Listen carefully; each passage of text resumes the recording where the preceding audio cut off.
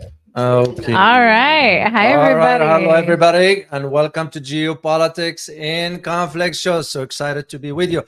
First of all, I want to say thank you to Osiris the Great. Yes, let's Yeah, see it. yeah. Osiris, thank you so much, man. You know, Osiris has been every time Really? I get on, Yeah. yeah, on both channels. So Well, I can, guys, we notice you. yeah, I can't thank you enough, Osiris, Mhm. and you know this, and you know I mean it. So we truly appreciate it. So, all right, guys, excited to be with you here because we're gonna be talking about a very, very interesting topic that really puts under the microscope of what American foreign policy is all about. Yeah. Which basically we don't have any. That's one. But what we're gonna be talking about will give you an idea into really seeing historically, you think about when an empire is going down, it starts to embark on irrational policies. This is one of them. So this is what we're gonna be addressing today. Are we taking questions today? Yeah. Yeah. Let's take Please make sure questions. to prepare some of your questions, and we'll answer 2 or 3 towards the end, and we'll address also what's going on in link to this, the recent summit or meeting in China. Yeah, Yeah. that's going to be a big part of this conversation. So. Well, David, would you like to start out with A the video. Let's do it. that Let's kind do of it. set this whole tone? Yeah, let's All do right. that. So this is from a 60-minute interview for our lovely president, Joe Biden. Uncle Joe. Yes, where he discusses what he feels is the appropriate reaction to both conflicts. And so this is from 60 Minutes. It's from X. And let's take a listen. Are the wars in Israel and Ukraine more than the United States can take on at the same time? We're the United States of America, for God's sake. The most powerful nation in the history, not in the world, in the history of the world. The history of the world. We can take care of both of these and still maintain our overall international defense. We have the capacity to do this, and we have an obligation to. We are the essential nation, as to paraphrase the former Secretary of State. And if we don't, who does? Are the wars in Israel and Ukraine? I have another one of these for a little bit later on, Yeah. but wow. Yeah, that's just a reflection of really how I won't use the term arrogant. It's not about arrogance. It's about not understanding the changes within the geopolitical landscape that is being taking effect. So another word is that when like there's a saying, I remember when I used to work in Washington, there was always a saying, when Washington doesn't like the message, it tends to shoot the messenger. Yep. Basically, the bottom line to it is that in Washington, they're not willing to accept the reality that the world has changed, and we're not willing to change with it. That's why we're still clinking and holding to unipolarity, which you and I know it's not there anymore. The world has moved on to a multipolar system. Yeah. And that multipolar system, it's not going to be based on ideology. I've been saying this all along. I repeat myself again. It's not going to be based on ideology, but rather on economic blocks. Yeah. So the statement of Biden within the context of the Israel, which we're going to get into that, to me just doesn't make any sense. It's nothing but posturing. Why is this important? It's because our upcoming elections. Yep. That's the thing. Second thing is, like I always, as I learned in history, when you see the decline of an empire towards the end of its reign per se, it will start to embark on irrational policies. Yep. So, because here's the thing, Congress gave president blank check to send another $10 billion. Yeah, so that's a big deal, especially as we're watching sort of the Ukraine. It was very interesting. There were a lot of jokes on the internet talking about Zelensky coming by and being like, "Well, can I just get a cool like 10 billion while just a little bit while this is going on?" And it's a joke, but it's also not funny, because I think the big thing that Americans are facing right now is, there's a whole thing about, oh, inflation's only 3.5%. Inflation's only 7%. So that's number one, not true. But even if it was, that ends up being compounded interest. So at this moment, inflation from the last point may be 3.5%, but it's not It's not overall. And so Americans are stretched to the absolute limit right now. And so giving more money to any conflict seems like absolute insanity. And then you add the fact that Biden is just so blatantly able to just write these blank checks. Where is it coming from?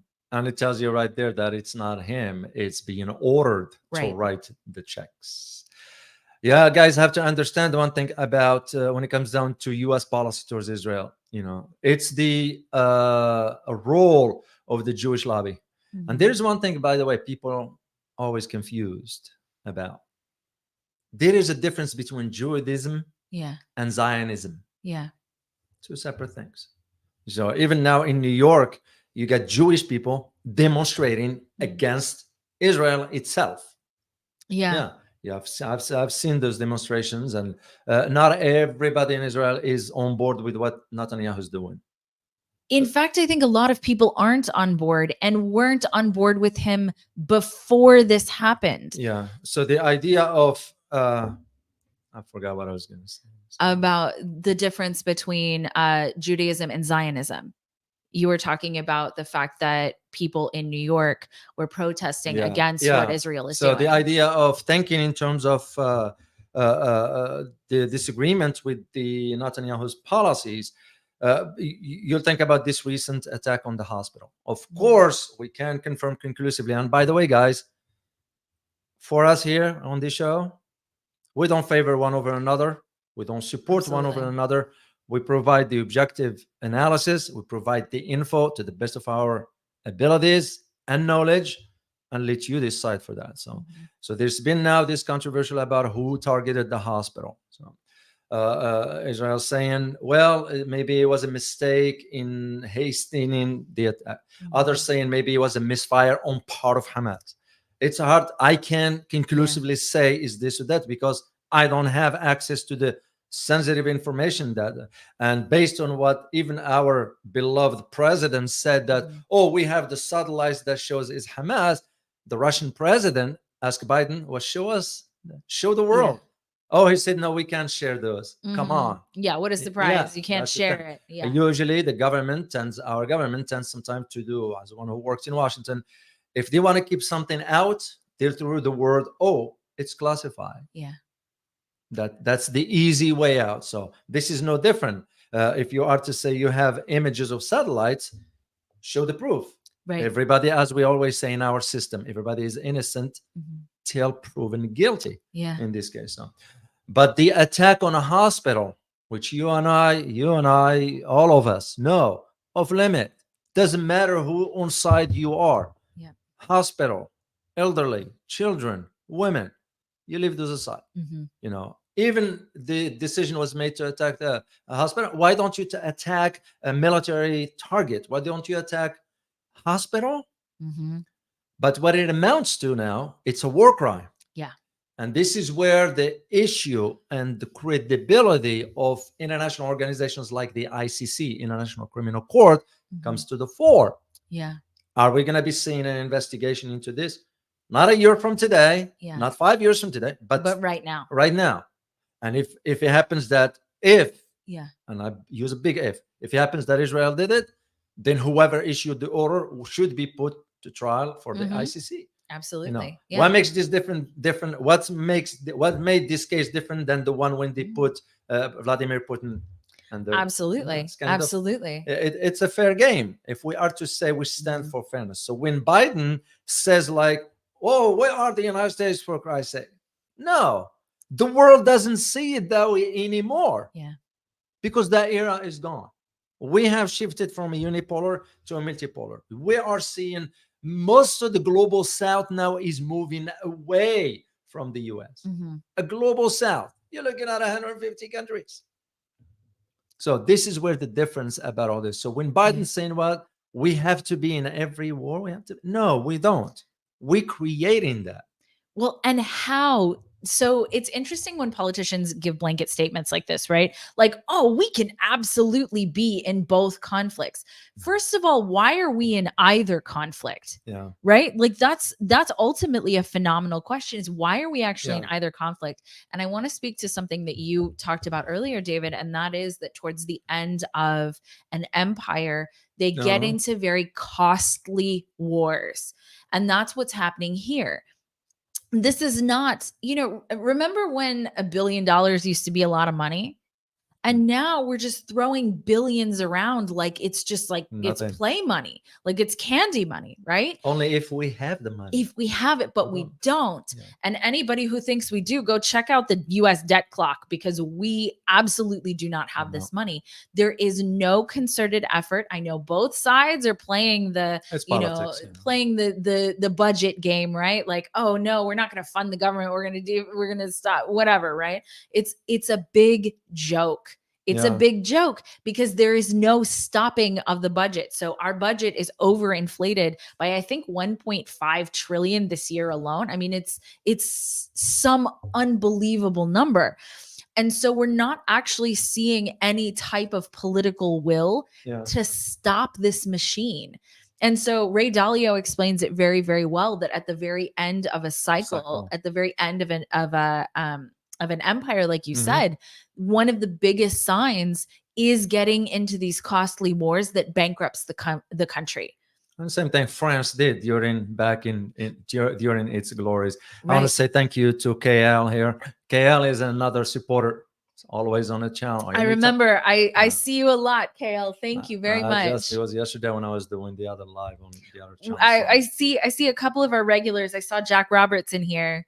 Yeah, thank you all for your support. We truly appreciate it. Yes. And by the way, guys, if this is your first time, make sure to subscribe. We truly appreciate it. So to go back to the point of where this is headed, if the US thinking, and here is where the mistake that we don't know much about the Middle East, as one who wrote many books on the Middle East, and I've spent time there on the ground, and I speak the language, I understand the culture, very familiar with how those countries operate, how they came to be.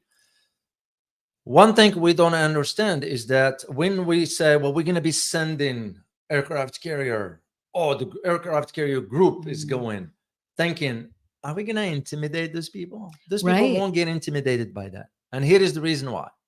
In the Middle East culture, known as Arab and Muslim countries, whatever, the notion of death, it's part of life process. Yeah. So when you talk to them about death, it's normal. It's part of existence that we're going to reach one point at some point, and we're going to move on. Yeah. So to them, the US sending this aircraft intimidation ain't going to cut it, because people there, they don't fear death. Yeah. Simple as it is. Second argument to all this, you have to think about it now. If I am to talk tactically, you're going to have to think about when Biden's saying, oh, we can take on Ukraine. And no, we can't.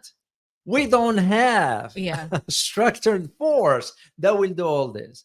You look at what Israel said, they're going to allocate about 432, don't quote me on this exact number, 432,000 troops. They said they want to send to Gaza. And Iran said, hey, Israel, there is still a chance for peace. But if you go in, we are coming in. Yeah. And Iran allocated 2 million people to the last article that I read. 2 million. Yeah. So 460,000 versus 2 million. But that's not about that.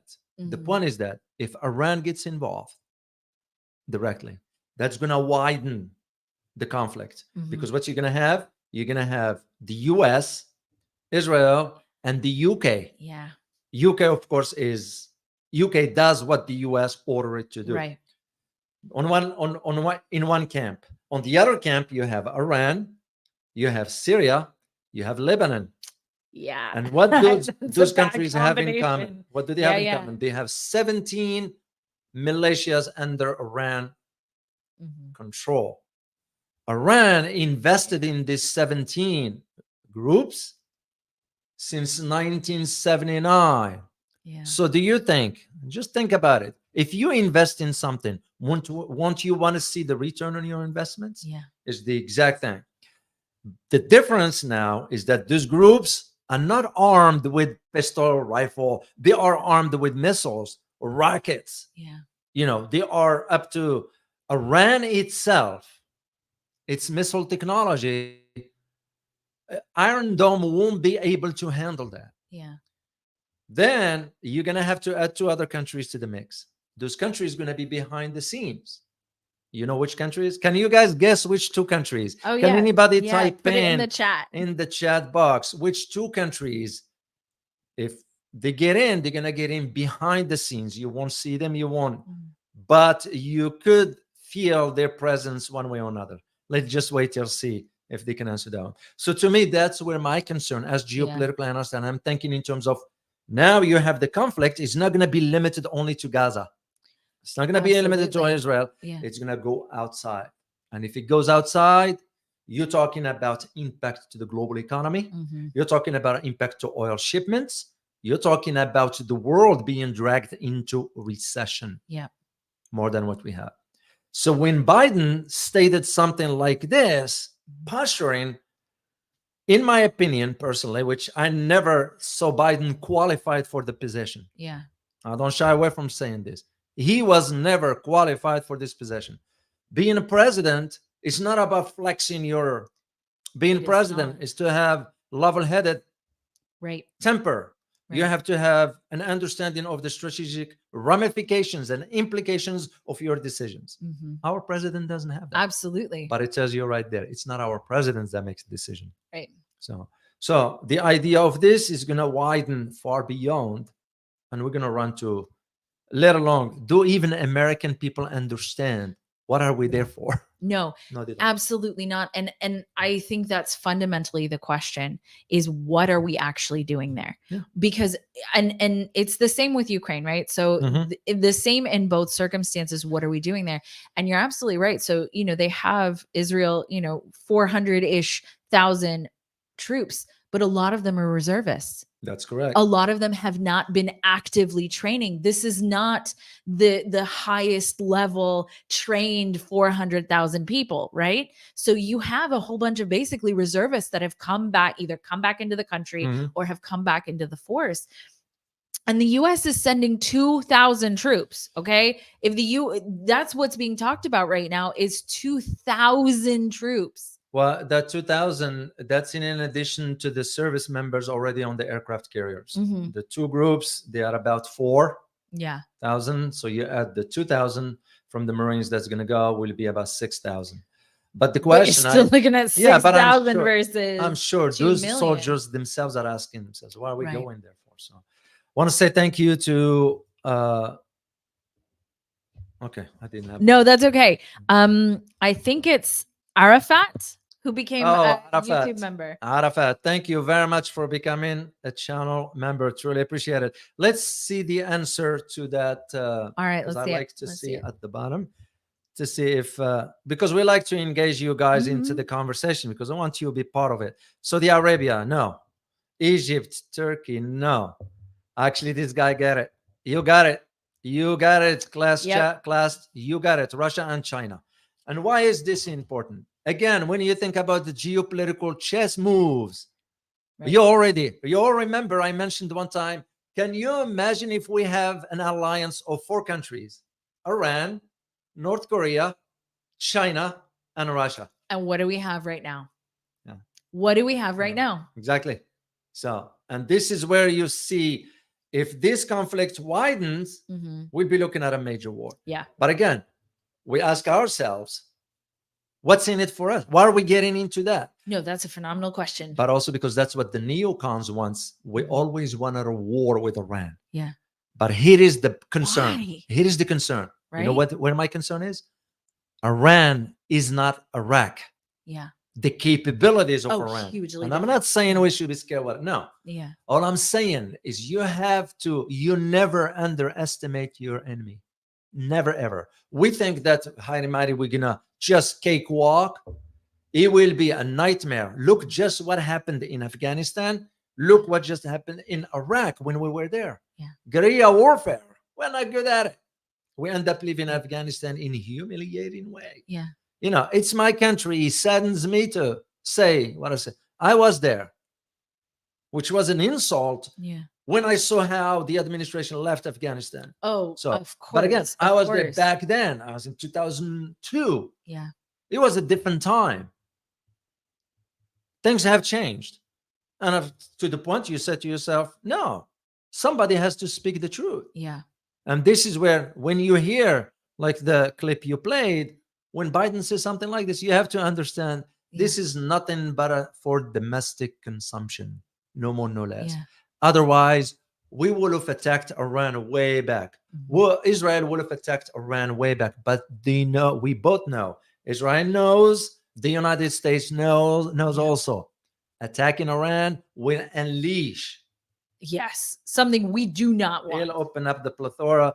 It'll open up the what you call it, Pandora box for this, because Iran's missile technology, it gets to the point where they develop the hypersonic. Yeah. Iran's missiles, and just to give you guys an understanding about the tactical side of it, Iran's missiles are within reach to every location where U.S. service members are in the Middle East. Yeah. So once we start seeing body bags coming here, do you think even American people, even now you ask American people, they don't even know. Yeah. Some of us are very naive and lost to see, wait a minute, why is my tax dollar going to Ukraine, going to Israel, going to Egypt, going to Jordan, going to countries? Why would I give a damn about that? Right. When I have issues right here at home. Well, and if you're looking at, there's a very strange narrative to me that I don't understand how they're trying to level this out, right? So Biden in this clip was talking about how, US is the strongest military in the world. And that may be true, but overall, look at the decrease in recruitment numbers. So recruitment numbers have been dropping and dropping and dropping and dropping. Where are the people to do these things? And yes, artificial intelligence is coming online and all of that, which I think we should have some very interesting conversations about whether, weapons we should use artificial intelligence in weapons. I think that is absolutely worth a conversation. Yeah. But where is this strength coming from? Where is the military strength coming from if we don't have the recruitment numbers, if we don't have the people supporting these conflicts? Where is that strength actually coming from? And if you may add two other elements, leadership and cohesiveness. Right. None of them exist. Right. Because you get now people in charge in Pentagon that they don't deserve to be in that leadership because they've been kissing up to the whatever to get. You get the 21st now Joint Chief of Staff, Chairman. His name is General Brown from Air Force. His first statement, you know what was his first statement? Iran, you shouldn't get into the fight to begin. You just took over. Instead of promoting peace, cooperation. I'm not saying cooperate with Iran. All I'm saying is, why foment more tensions? Right. Why That's add a more bad fuel? idea. Yeah. But it tells you right there, even for the chairman of Joint Chiefs, he or she cannot say anything without being told what to say. The whole apparatus in the American government, because you need to understand the influence and the impact of the Jewish lobby in Washington. Do you know most members of Congress are so scared of the Jewish lobby? Yeah. Well, look what Chuck Schumer did. Yeah. I don't know if you remember his trip to China recently. Oh, yeah. What was his first word to presidency? Was like, well, I got to criticize China for not condemning the group in Palestine, Hamas, about Israel. Well, wait a minute. You are visiting a country and you want to dictate to them the first what thing, to say? The first thing. Right, well, because Schumer is Jewish, but beside the point, it's just not the right thing to do when it comes down politically, to absolutely it's not the right thing to do. You can't tell countries what to do or what to say and so forth. So China just shrugged. It's like, well, we know how Americans are. Right. But that doesn't bode well for how U.S. is perceived when it comes down to global affairs. And this is why when you hear something what Biden said, you kind of left to just shake your head. Yeah. It honestly gave me chills, because having that as a fundamental platform, the fundamental platform isn't we can solve this issue. We can create peace. We can restabilize the world. That wasn't the fundamental platform. The fundamental platform is we can take on all the wars. We can do this war. We can do this war. We can do this war. You know, let's get like a group deal with all the wars that we're fighting. That and how absolutely expensive they are. We cannot do this. Yeah, well, we cannot. This is why I believe this conflict really exposed. Yeah, I think now it exposed both the U.S. and Israel. Israel's safety and security now is gone. This is why Israelis themselves inside. Yeah, they don't want. We don't hear much about it. We don't.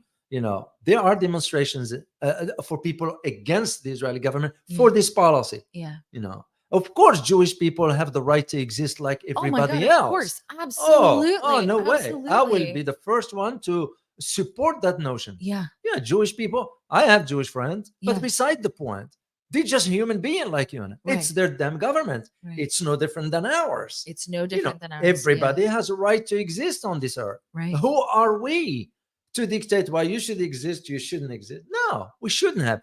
No country on earth should have that right or that authority. No individual should have that ability to say, oh, you should exist, you shouldn't exist, or I'll take you out. No. Right, absolutely. So for the US to embark on this kind of, to me, those are nothing but ill-conceived policies. That tells me right there. And again, I'm trying to draw a parallel or comparison here with what happened with the French back in the 16, 17, 18. Love that comparison. Because they got involved in so many. They thought French had a strong army. Yeah. Don't get me wrong. Back then. And look where they are right now. Exactly. Look where they are right now. With the debts that they end up incurring and so forth. And because it was the beginning of the end for the French at that time. It's the same scenario we are going through. So for Biden to say, well, we can engage in multiple fronts, we can afford. When I say afford, not just financially, we cannot afford it when it comes down to manpower. Yeah, absolutely. Let alone, do you think other countries have not developed? Yeah. Do you think that Iran doesn't question. have some capabilities we don't even know about? Right. And this is where that assumption of when you start to think of yourself as invincible, there you fall into this arrogance, and that will become the beginning of the end. And I think that's absolutely true. So I've seen videos, I've seen criticism and commentary, about Russia and China really teaming up and that they really don't have the military capabilities. Nobody else can even come close to the military capabilities of the US. But exactly to your point, I have 2 points to that. The first is, do you think that other countries have not tried to catch up? Number one, we are not. Russia has nuclear weapons. Many countries, not most, but many countries have nuclear weapons. Okay. And you don't need to have the most amazing, newest technology. You set off one or two of those and it's enough. It's enough. It's toast. Okay. So that's point number one. And number two, you're absolutely right. Having arrogance means that you're not paying attention to what's actually happening. If your posture is America is the best, we can fight all the wars. We have the biggest military. And so we do have substantial military capability. That's absolutely true. Sure. But arrogance, exactly what you said. Yeah. Arrogance will always get you because you think you're so high and mighty, you're untouchable. But I can tell you, as the regular people of this country, we don't feel like we're untouchable. No, and the world has changed. So there are different dynamics. We are those who think that, the conflict is going to be over there. No, we will feel it right here. We will have the repercussions of it right here. That's actually another very good point about this situation is in both sets of conflicts, whether we're talking about Ukraine and whether we're talking about Israel, both sets of conflicts, we have to militarily move our stuff over there. It's not, I'm very grateful that it's not here, deeply grateful, but our stuff it's not happening here. Yeah. Logistically, you were talking about guerrilla warfare. Which we don't do well. Right. We saw what happened in Iraq. So I was there before. Yeah. I wasn't that time. I came after in the war in Fallujah. Yeah. In Fallujah, because it's just guerrilla warfare. I mean, Because there's one thing, and I know they were militias supported by Iran, Yeah. because Iran is very wired in the Middle East. Yeah. It's we just are not able to comprehend the dynamics of how Middle East operates. Now the landscape is even different. Mhm. Different how, you may ask? Well, before we were able to maintain that division between the two arch enemies, Saudi Arabia and Iran. Yeah. That it's gone, because Saudi Arabia and Iran have normalized relations. Thanks to whom? China. Thanks China to was China. working. That's Yeah. why I always think behind the scenes is going to be China and Russia in support of this. Yeah. But the idea of you look at even some close allies like Jordan. Mhm. Well, Jordan went ahead and canceled the summit. Biden was supposed to go to Jordan. Yeah. They canceled it. They called and said, "Don't come in," which was a slap in the face for the US. Yeah. But also, the Jordan didn't do it because of the Palestinians. No, let's put the dots on the letter where Mhm. they belong. King of Jordan did it because of the concern about the survival of the monarchy. Yeah. Yes, Jordan will be the first country to deal with the refugees. Mhm. There is no argument against that. Yeah. But also, the king had to think about the survival of the monarchy, because some voices start to whisper about maybe it's time for this monarchy to be done. Oh. Yes. So it wasn't about, but at least he took the courage to say to the US, "No, you're not coming. There is no summit." Yeah. Egypt took the same stand with the Secretary of State. Yeah. That's why the president of Egypt, Sisi, scolded the Secretary of State. Yeah. Since when was an American Secretary of State being scolded? But that's the new reality. We can't Absolutely. deny this. And this is why, for example, when Chuck Schumer made the statement about China, I was left just shaking my head. Who's on earth advising Chuck Schumer about Arrogance. Yeah. Arrogance. Yeah. Arrogance. Why on earth would you ever, would you ever consider something like Yeah. this, knowing that you are going there for some other objective? Yeah. It tells me right there, you don't care about, you're thinking differently here. And that brings to the fore the idea of what you brought out earlier about Russia and China joining. Yes. You all know what's going on right now in China. You're aware Yep. of what's going on Yep. in China with the anniversary of the 10th anniversary of the BRI. Yes. Last night I read the statements of President Xi. Mhm. It's too long. It's I very, can't get into. it's very long. But what's in it? Yeah. The clauses of it, as far as economics. Yeah. Nothing mentioned of a military dimension to it. Mhm. It's all about economics. It was very fascinating. Yeah. What surprised me the most after that statement by President Xi was the comment of our ambassador to China. What's his name? I forget his name. He's from Boston. Mhm. You know what was his statement about? I'm paraphrasing here. Yeah. Well, we're going to have now to think about how much country is going to be in debt, in the debt trap of China, because China's called for now expansion Yeah. of the BRI. Which, of course. Oh, yeah. Of Yeah. course. Yeah, but it tells me right Saw that there. coming. Yeah. Again, and why am I saying this? To put this in perspective, as far as when a declining power, Yeah. you start to see some irrational policies. Irrational. That's the word I And could think. ultimately, it's been very interesting Yeah. because this entire, the US tends to have the policy of, if I don't like what you're doing, I'm going to cut you off, right? It's what sanctions are, Or sanction you. right? Or sanction you, which is Yeah. basically cutting you off, right? Yeah. In certain areas, in certain ways. Yeah. We've done a similar thing to China. The problem with that is when you alienate a country, they're not just going to sit back and take it, especially one that has so much economic ties to the rest of the world. And so even if you're somebody who thinks that China is terrible and we should shut it down and all of that, that is not the way to do it, because they're not just going to sit back and say, "Oh, okay, well, that's fine. We'll just sit here and die then." No. So they had to go find alternate routes. They had to go find other allies. Yeah.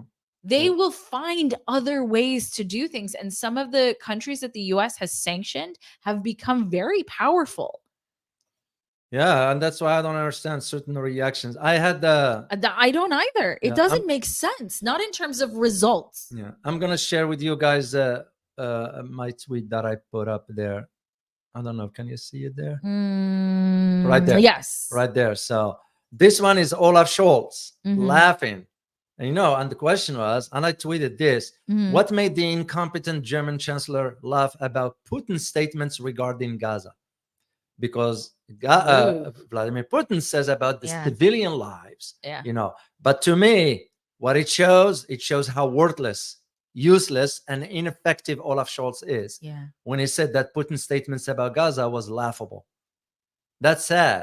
It's sad that a chancellor thinking about the human life that is worthless. Yeah, So, that's not laughable. yeah, That's but not what laughable. is or even worse for the Germans Mhm. is that the Germans themselves ended up with a bonehead Yeah. chancellor like this. Yeah. That's what is I just wanted to share this with you because to put it in perspective, regardless, human life, there is something called dignity. Everybody Absolutely. should live in dignity. Absolutely. And if we are to think in terms of fairness in the system, and again, we are not supporting this against this or vice versa. Absolutely We don't not. do that, guys. We've always, since we started, it was always about being objective, Yeah. and that's the rule for us here. But the idea is sometimes when there is injustice, you have to address it. You have to Right. state it. We can't shy away from it. I'm not going to shy away from saying no. What Israel has done, Yeah. it goes against the norm of international law. Yeah. That's just the norm. Yeah, what the group of Hamas did was also against the rule. Absolutely. I'm not Yes. denying all this. There's But at the s- tragedy on both sides. Yeah, but at the same time, there is always a reaction for an action. Yeah. Go back to Ukraine. Yeah. Why did the Russians send their military in? It had Yeah. nothing to do with NATO. Yeah. So same thing. My Yeah, point. yeah. You don't. You. That's a only joke, by the way. You only react because of an Right. action. That's the Right. same thing. I hope it will be a resolution to this once for all. And this is where China Yes. comes in and Russia both. Yeah. You know what they're calling for now? Is calling for the UN to allow Palestine to establish itself as a state, Yeah. because once it has a representation in the UN. What's surprising, here is what's surprising to me. Yesterday, I had to follow a session at the UN Security Council, Mm-hmm. and with the 5 permanent members. And Russia provided a proposal regarding the protection of the civilians. Absolutely. Yeah. But you know who opposed that? The US, Yep. UK, France, and guess who was the fourth element? Hmm. Not part of the members. Japan. That's not surprising considering. Japan. You Yeah. will think after what Japan experienced after World War II with the Absolutely. bomb, they will Yeah. think twice about. I was just like, what?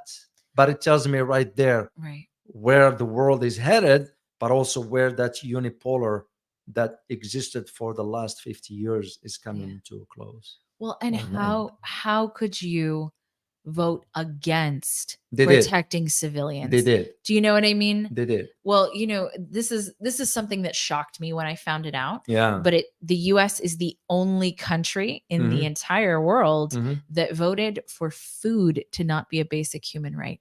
Wow. The only country in the entire world that voted for food to not be a basic human right. And to me, because it's not here.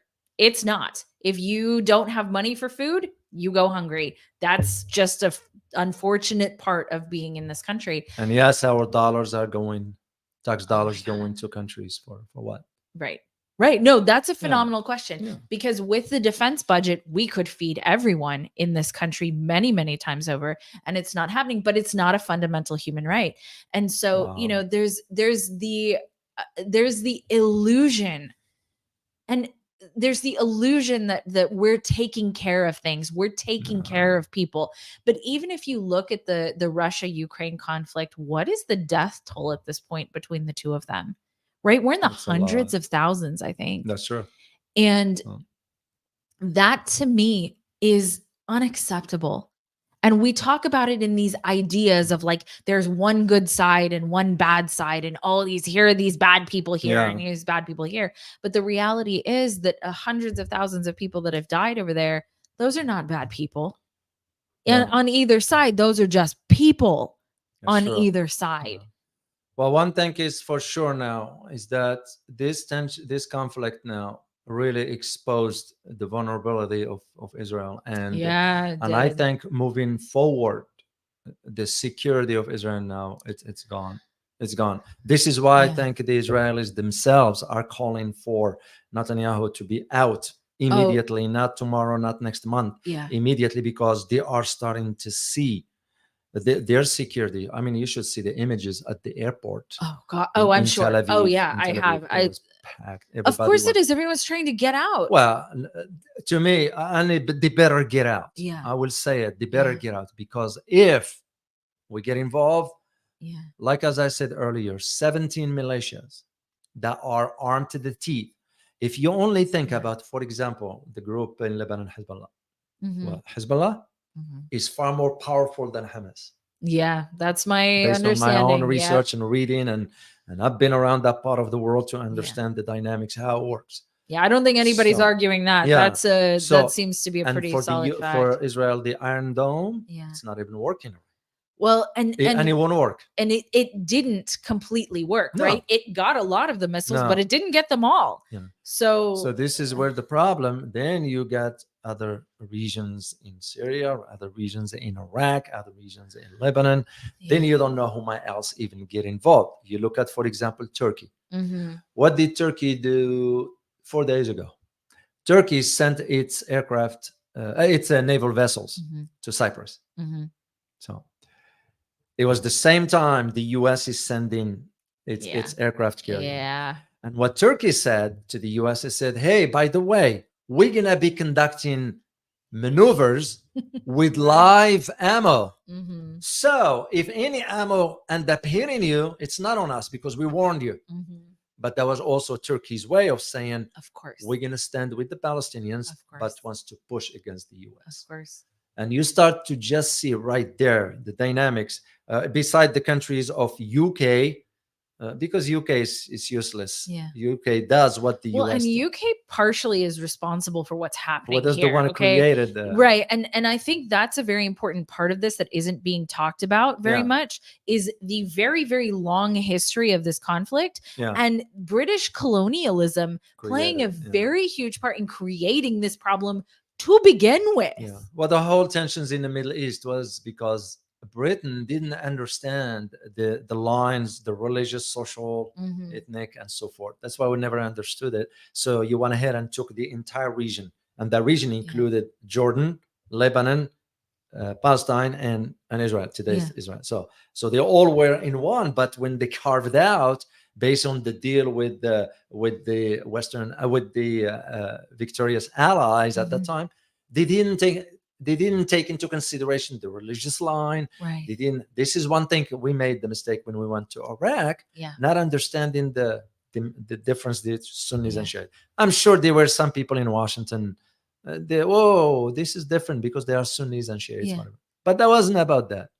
It was about not understanding the old history of 1,000 years of tensions between the Sunnis and Shiites, which was even exemplified in the 20th century between Saudi Arabia and Iran. It was till China was able to broker a deal, and those tensions are gone. So, but now with this, I mean, you look at Saudis now saying, forget about normalizing relations. The 4 countries that have normalized relations with Israel: Morocco, Bahrain, United Arab Emirates, and Sudan. I do not know about Sudan. I do not know about Bahrain, but I know about Bahrain in a sense that Bahrain is pressured because we have our 5th fleet in Bahrain. But for United Arab Emirates and Morocco, they are now reconsidering. You should see that. I saw the images of demonstrations in Morocco 3 days ago. Well, and that's really important information because, wherever you are in the world, the Yeah. narrative that you're getting is that everyone there- is supporting No. one or both sides, right? So it's Yeah. not just one No. side. People are talking about like, in one country you support Israel, in one country you support Palestine, right? Yeah. So it's both sides Yeah. in extreme, and the media basically says, well, everybody agrees with us globally, and then this side says everybody agrees with us globally. Yeah. You do not. Yeah. Well, you look at just the massive demonstrations in London Yeah. that are anti-Israeli stuff. I You look at know. what Germany did, what Yeah. France did. France passed a law Yeah. banning. So where is le pays de la liberté? No. The country of freedom. What Right. freedom?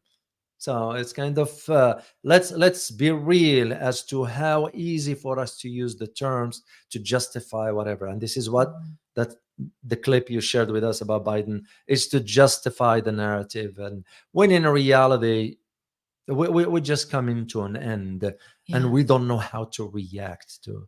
So, but there is another dimension I'd like to bring up to the conversation. Okay.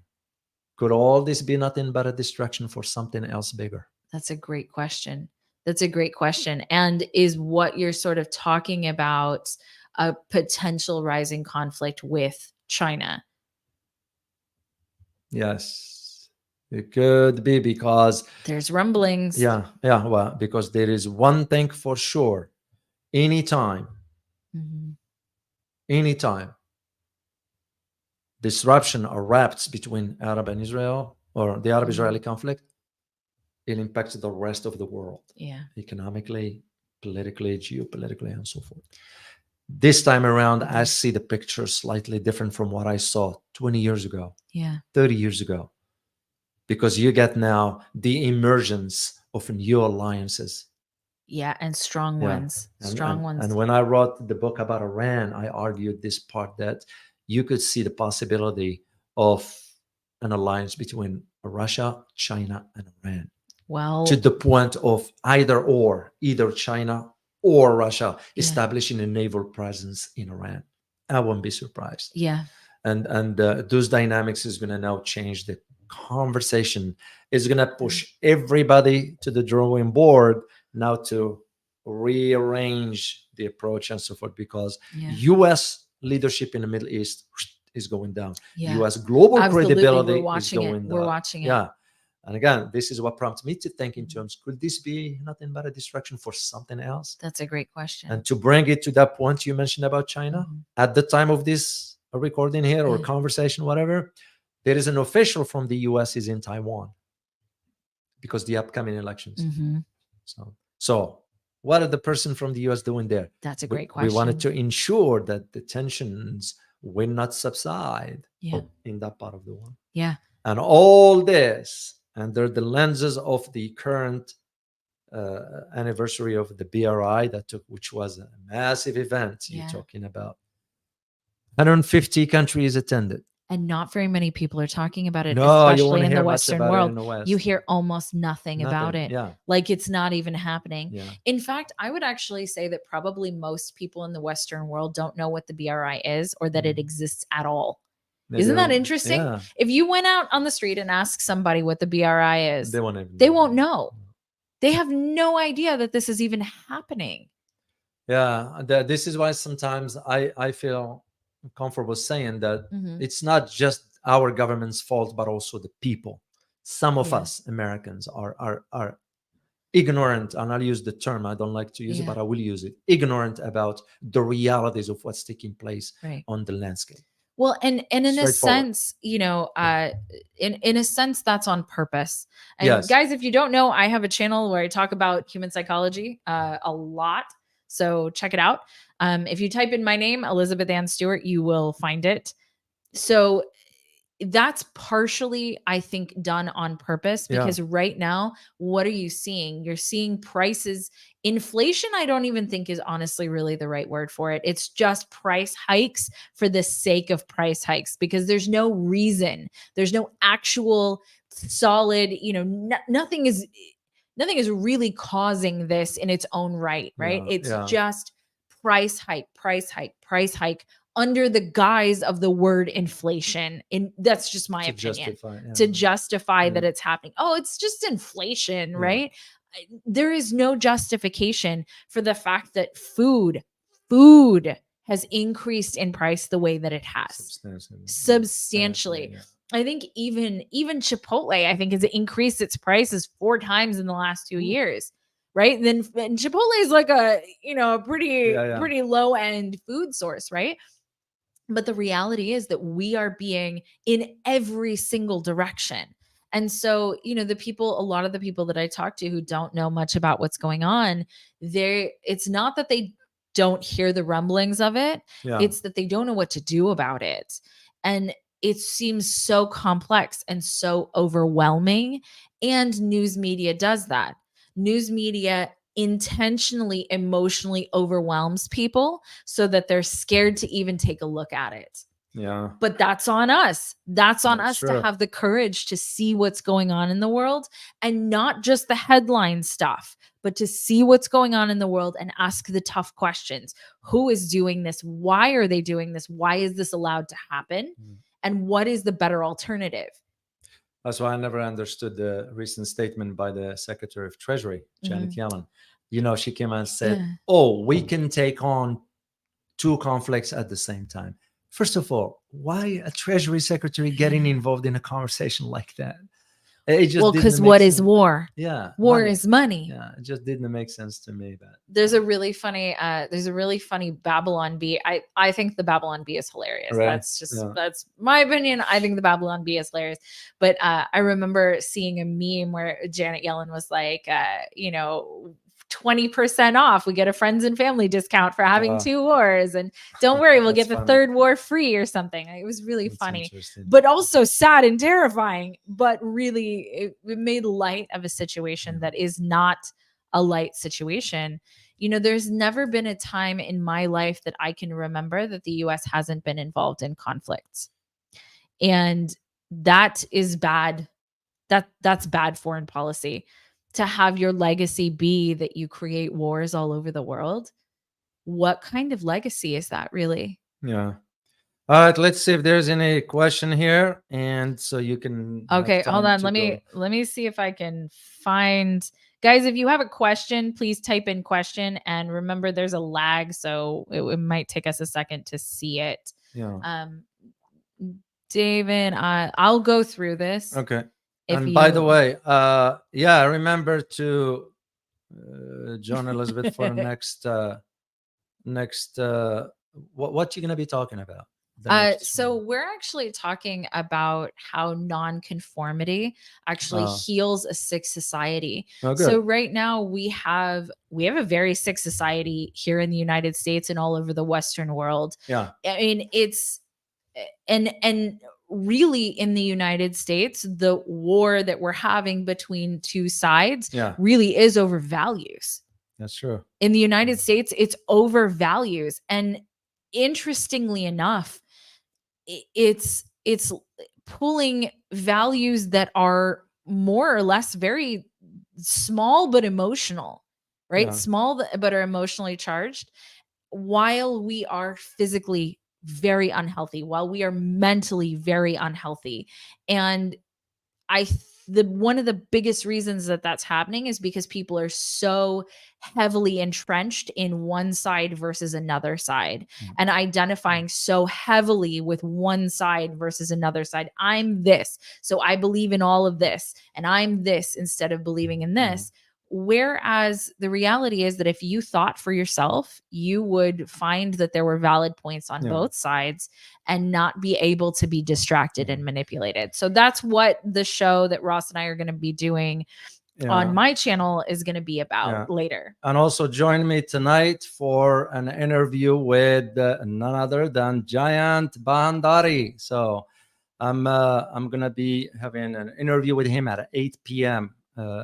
Central Standard Time here. It shall be an interesting conversation. If for those who know who Jahan Bahandari is, very, very interesting conversation. So just join me there at 8 o'clock if you are interested. So.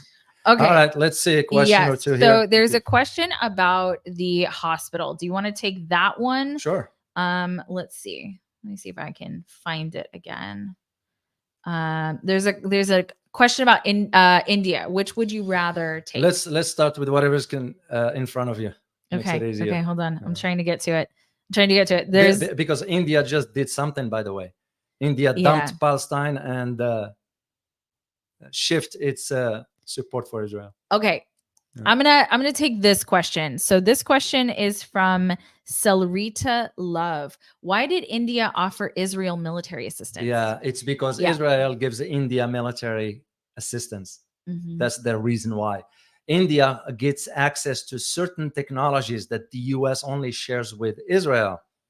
As a matter of fact, one time Israel shared some technology with India that we weren't happy about. But that's why India. But we know how the ruling of Prime Minister Modi for the last 7 years, it's been failure anyway. So, and again, I'm not criticizing. I'm stating the facts. Look where the economy of India is, despite being the 5th in the world, growing whatever. Yeah, still absolutely. you got massive poverty inside the country. So how can you justify? And this is one of the things I'll be talking with my guest, who is from India, by the way. Okay, so this is the one about the hospital. And so we can only, if you guys don't know, we can only say what we can say here on YouTube. We have a platform on Rumble, if you guys want to check it out, where we talk a little bit more freely. And I think we can probably address a little bit deeper of this on Rumble. Yeah. Okay, so would you tell your take about the bomb that dropped on the Gaza hospital? Who did it? Military experts believe Israel did it.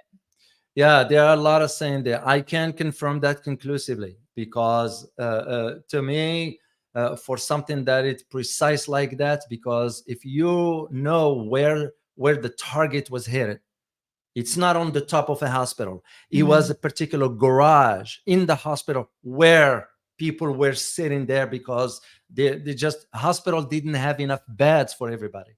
So for something to be used with that precision, it tells me it has to be advanced in itself. So, but I can't conclusively say that it was Israel or it was the other group, even though there were some conversations saying that the other group had a misfire.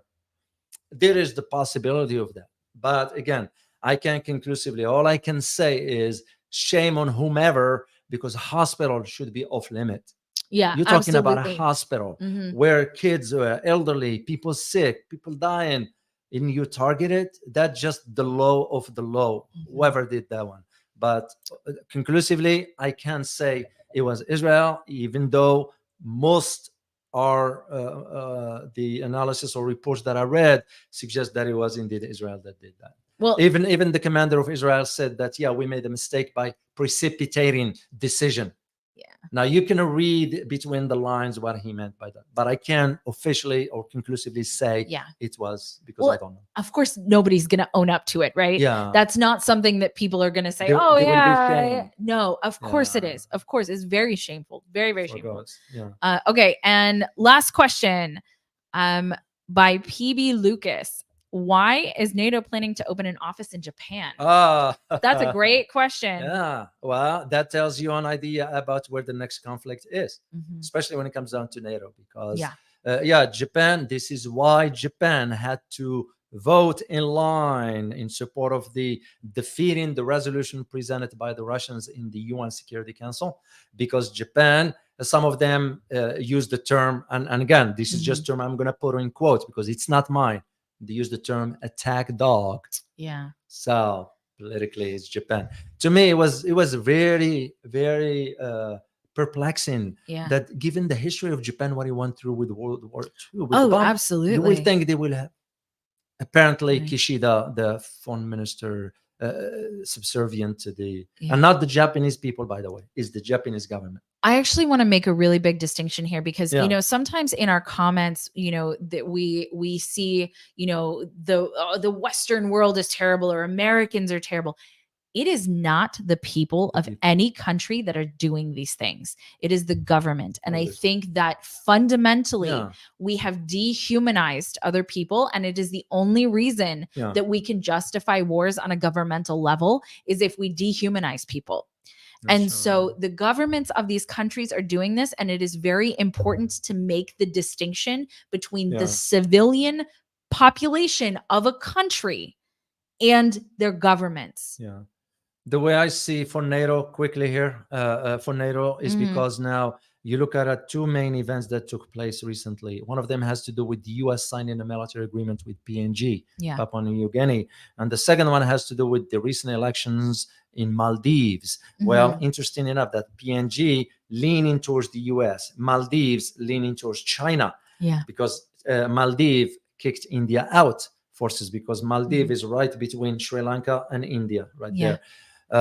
So to me was the calculations, the strategic calculations of the West, mainly the US and NATO, that if US is going to be building a naval hub in India, that will be for reason to have access into the Indian Ocean.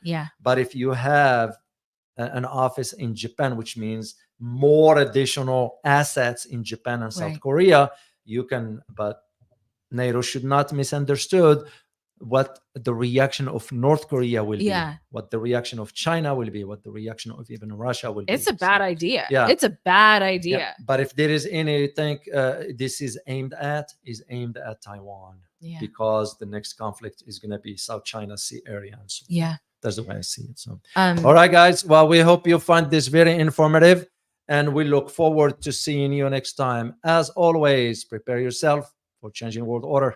Till next time. Bye-bye.